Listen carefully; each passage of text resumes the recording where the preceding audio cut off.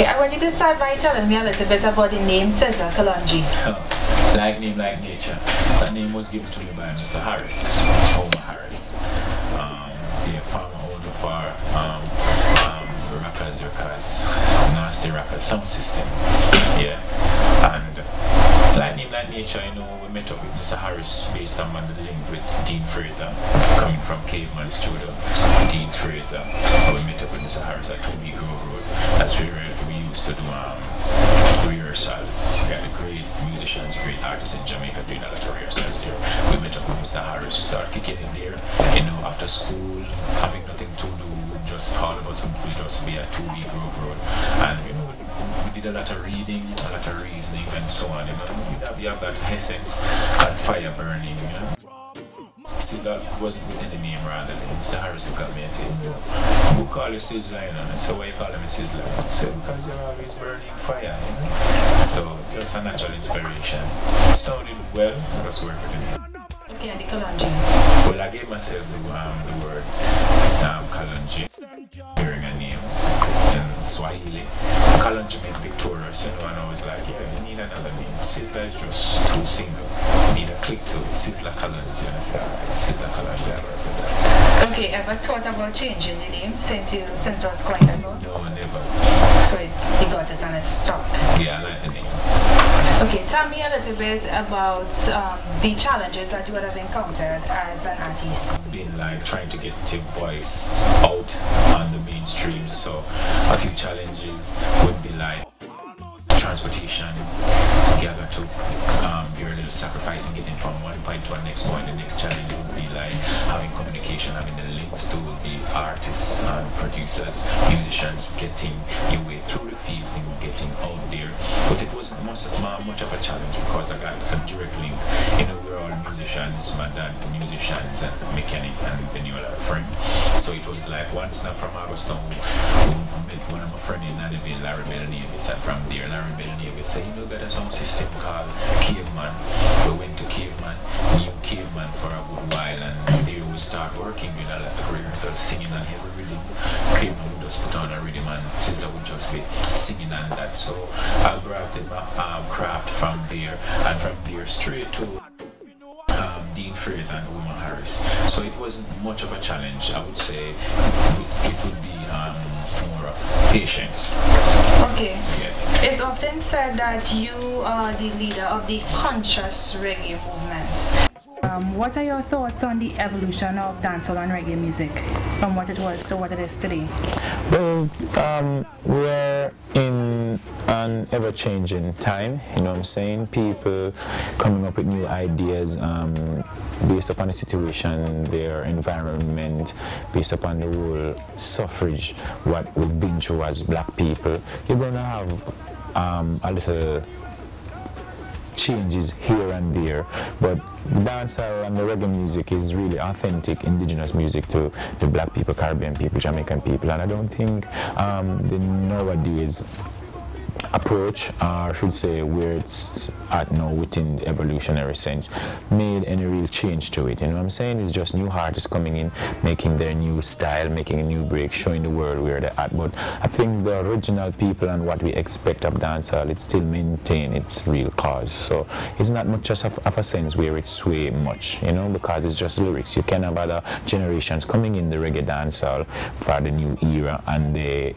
can be in the music and make other impression, lasting impact in the music. So it's not much for me with the new evolution of the music. I just maintain the cause and be conscious about it. Okay, it's often said as well that black people or Negro people have lost sight of who they are. We no longer really appreciate what our forefathers would have gone through for us to be able to enjoy certain freedoms today. Yes. What do you think could be done to address this feeling pride in our ancestry? Well, I wouldn't say all black people, I would say some of us are really neglectful of the cause and where in which our foreparents or ancestors have fought alongside having us this privileged time where we can express ourselves, because we're coming from the transatlantic slave trade days where our people weren't being accepted in a lot of places. So what I think can be done about it is just for us to take more advantage in manipulating the medias way in which we can publish and promote all the cultures and the truth about ourselves and where we're coming from, and be more unified, be more loving, be more respectful of ourselves, and just find that space in your heart to always be reaching out to people and be more polite in the sense. And I think we can make a change, because we are in the time where we got the increase in technology. You got you got all these features. You got the applications, the WhatsApp, the Facebook. You got social media now, and a few decades back we weren't with all these privileges based upon technology. So I think we just should take advantage of the media and all those knowledges we got in the books and what we got in our brain. We should just find a way in getting it out to the public, and I think that can make a better change for us. And some of us complain that some of the more read people who study more, they complain or they say that what is being taught in schools is not the true history of African people and people who came from Africa. What are your thoughts on this? Well, my thoughts on that are really truthful. The medias have, and I would say this, the medias, they have long been distorting the truth, because you know you got black people in slavery. Yes, our people are in servitude, and anything just to distract you from seeing your real self, your African culture, and your cause as a black man, a black woman on earth, they're going to try their very best to just blot out that for you. So it's for you as a people, as a nation, as a person, to just search and keep teaching your nation, keep teaching yourself, keep teaching your family, and educating them about what's really happening, what's been happening from then, and where we're at now, and what we should be doing for the future. Okay, one of these social issues that, well, here in Trinidad and Tobago, we are faced with a growing trend is the pervasiveness of rape culture here in Trinidad and Tobago, in that it's almost normalized. So it's almost expected, so that a woman walking down the road, a man could feel free to tell her what he wants in ways that are more often than not very disrespectful. Or a man might feel free to grab on a woman, touch on a woman, because in his mind he looked good and he's paying her a compliment. Do you think that music today, modern music, has contributed to the pervasiveness of this rape culture? Well, you could say yes and no, because then again, in the beginning was the word, and the word is Jah. The word take unto itself flesh, and it's the words that we've been using that's really insulting us, or should say giving us that joy of intelligence in recognizing ourselves as true intelligent people on earth. I don't really think or believe that an individual, especially males, should approach a woman in such sort, and I don't think we should I don't think we should be using our music in approaching women in that sense, because it's disrespectful. You know what I'm saying? We're cultural people, and we were taught to respect our elders and honor your mother and your father that the days may be long upon the earth.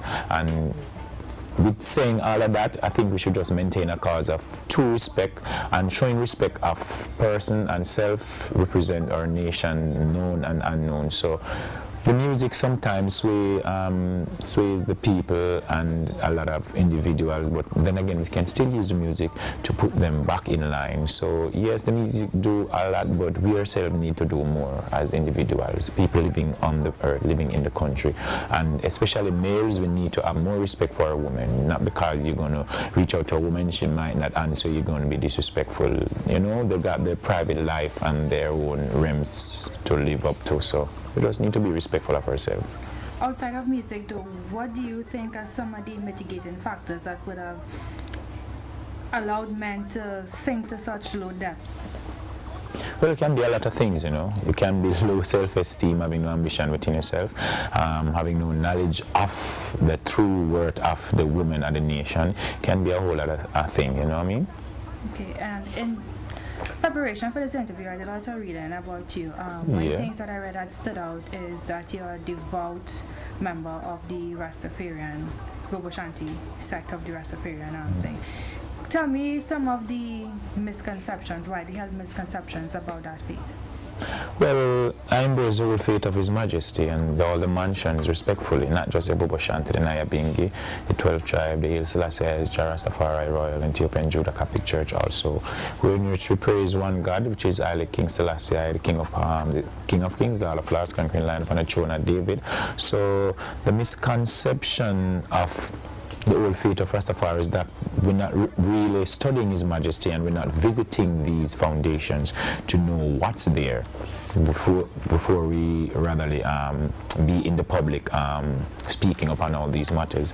So we need to visit the foundation, know what they represent, know the aims and objectives, the principles and the precepts of the foundation, and in saying all of that, we can just reverse all these misconceptions what they got about the church, because the church represents the people and it is the house of Jah, and that is where you have to go to know your true self, not just to see a Rasta man on the road walking, talking. That's not it. You need to come to the tabernacle, have services at the tabernacle, keep the Sabbath with them, and then you'll understand best, because some of these misconceptions are basically from people not knowing what's really happening there and who aren't visiting these premises.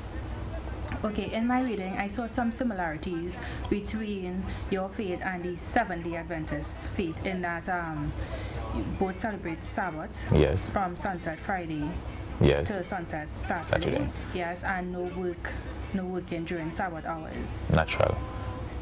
Well, that's one similarity. A slight difference that I saw, though, is the fact that, correct me if I'm wrong, okay, women aren't allowed to have positions of power, for want of a better phrase, within the church. Is that correct? No, women are really powerful, and you see, it's the triple crown monarch. It's a crown led Alpha and Omega. The king took the crown and the throne with his wife, Empress Menen. So women are very powerful. It's just that when she's on her cycle, she's not allowed to be around the altar and places of worship. Okay. All right. What are some of the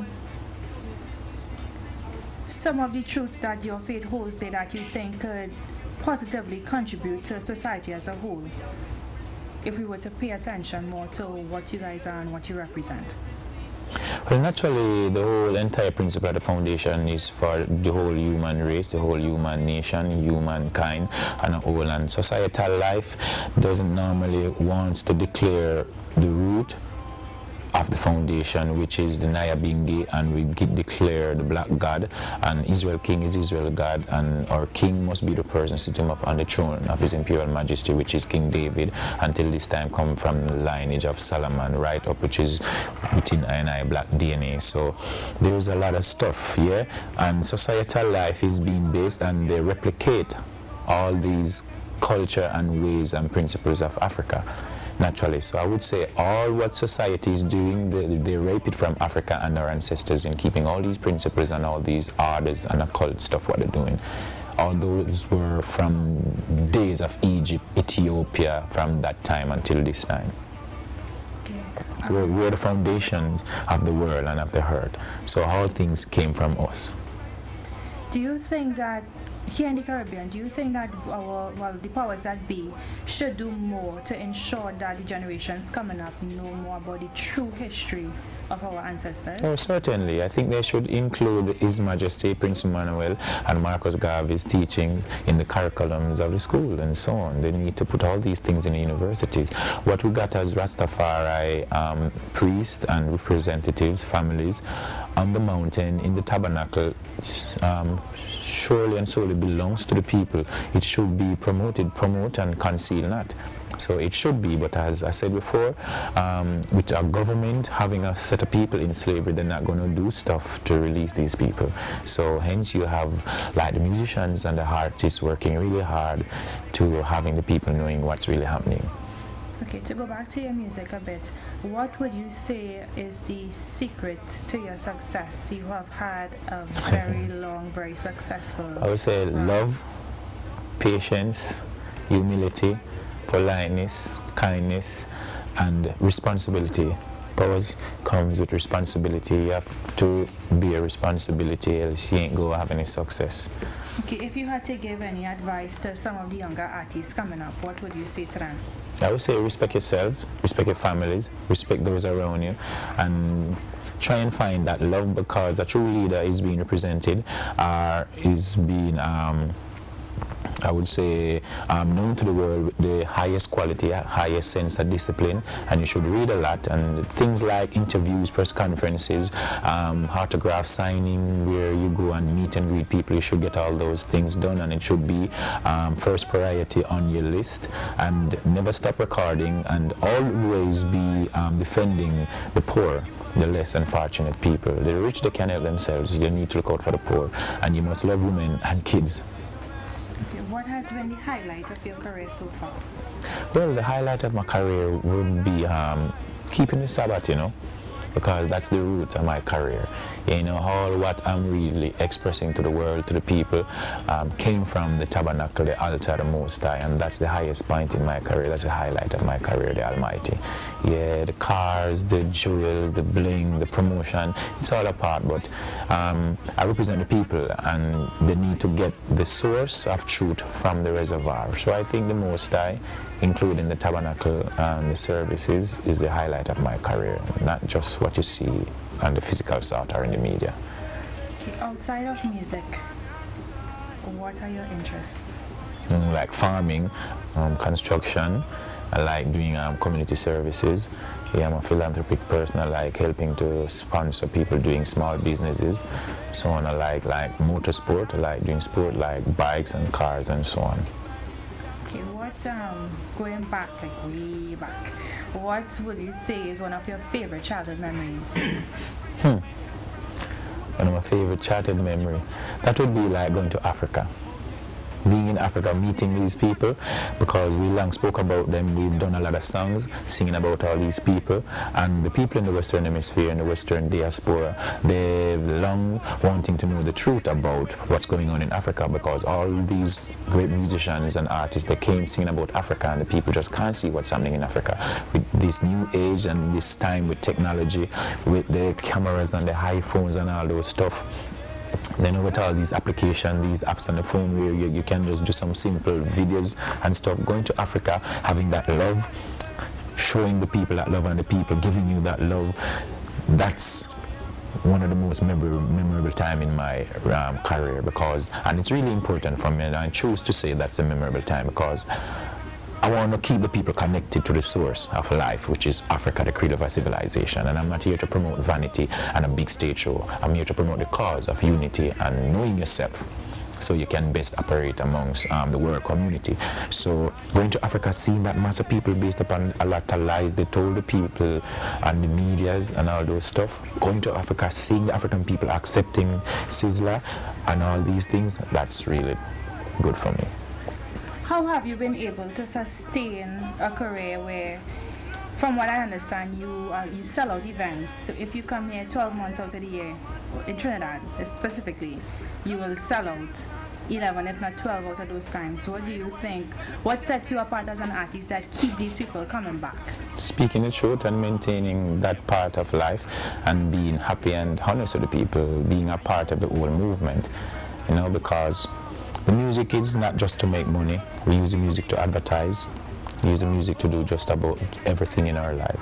So we don't just look at the music for the incentives coming in from the music. We look at the music helping other people. People just want to use the music to make a living, and they just need a Sizzla to just come and sing for them to get something in their pockets, so they can help the kids go to school and pay some school fees or some rent, you know what I mean? So I'm always there doing a lot of stuff, and I've done a lot of charitable stuff, and when you've done a lot of charitable stuff, people will support you. You need to support other people's events and things like those, and sometimes it's just a mistake between the Almighty and what I've been representing from that time, the genesis of my career up until this time.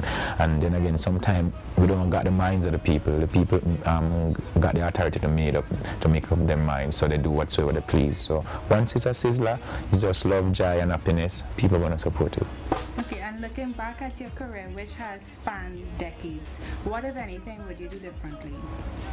I would only just give them a few videos, and just increase the lyrical potential of the songs and the artists. But Not much. You know, we just meditate and do what the Most High inspired us to do.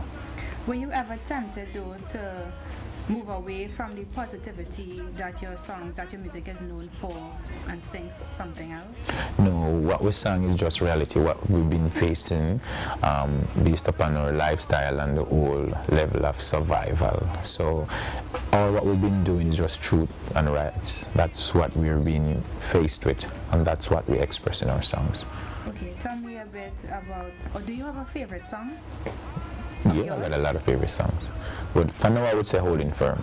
Why? Just the topic and the feel, the genre, and the way it came about, the situation, the timing in the country with the political atmosphere and the violence, you know what I mean? And it got that melody and that click to it. It's memorable, and it's pretty an easy song to remember. How do you balance your personal and professional lives? I just do it because it's all a part. We woke up in the morning, back up prayer, take care of the kids, take them off to school, help the lady do the little domestic stuff and what you should be doing as the male in the family. And after that, you're all free. We hit the street with the crew, we're in the studio, or we're on the farm, or we're in the country, try to make it back before, you know, it's too late. And it's just an ongoing process, and we practice to be perfect in doing such. And reasoning is a lot also to maintain that balance, because you got to reason with your other half, knowing that you're going on a tour, you're going to be doing this, you're going to be doing that, so we can both adjust, and it's life.